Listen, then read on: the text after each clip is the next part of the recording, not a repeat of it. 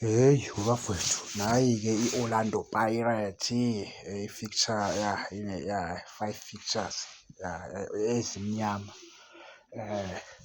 So ibhakaniya lapha-ke bukela-ke ibhakaniya izodlala ne-Milford ivula nje nayo-ke ngicabanga ukuthi izodlala ne-team ebuya ehlathini.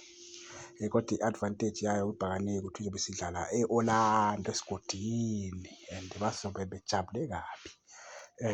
Izobe ijabule kabi-ke emnyama ngoba phela izobe isajabulela ukuwina iligi, sibeke kanjalo.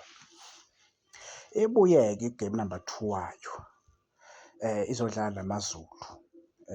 AmaZulu-ke eish awakaze ayidle Pirates impela, engicabanga ukuthi futhi nayo leyo kuyoba yi-walk-over ibhakaniya.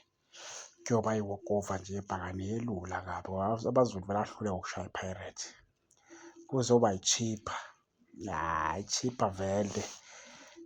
Ayishayi ibhakaniya, hhayi angiboni. Yabona ilula kanjani i-Pirates? Kuzoba isikhukhuni e-Orlando esigodini. Izodlala nesikhukhuni. Ngicabanga ukuthi nayo game leyo kuyobe kuyigame nje yabo ngoba iyobe isekhaya phela i-Pirates ngeke idliwadliwe esigodini yabo. Iphinde izoba yile-team-ke le i-Kruger. Ngicabanga ukuthi nayo-ke nje kuyi-walk-off ukuthi yona iyobe i-away kodwa ngicabanga ukuthi ngeke i-Pirates ishawe u-Kruger yabo. So nje ayikho i-fixture yebhakaniya, hhayi bafana ayikho nje nzima. Angithi uyabona i-Sundowns ayikho ku-Pirates.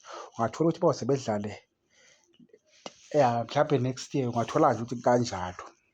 Ungathola ukuthi kanjalo nje yabo. Mara i-Kaizer Chiefs ithi isuka nje yibo neNakhosa, yibo ne-Sundowns akufiki nje kunamba yazi if ayikho fair kodwa kusenani. Hhayi siyayibonga nje ibhakaniya-ke lana ukuthi hhayi ngiyacabanga ibhakaniya la mawukuthi sengayidlala ngale form le edlale ngayo nje kuqala isizini last season engawina wonke lamagemu. Ngicabanga ukuthi ngaba u-15 point. Babekukhona nje ukushaya amaZulu nesikhukhune. Ngicabanga ukuthi yiwo ama-tough game abo lapho. The rest hhayi bazoyigwazela ibhece nje. Bazoyigwazela ibhece nje okusobala iy'ngane zakwethu. Bafowethu ngingazi-ke mina nibona kanjani ukuthi u-15 point awuphumi la noma u-12 point.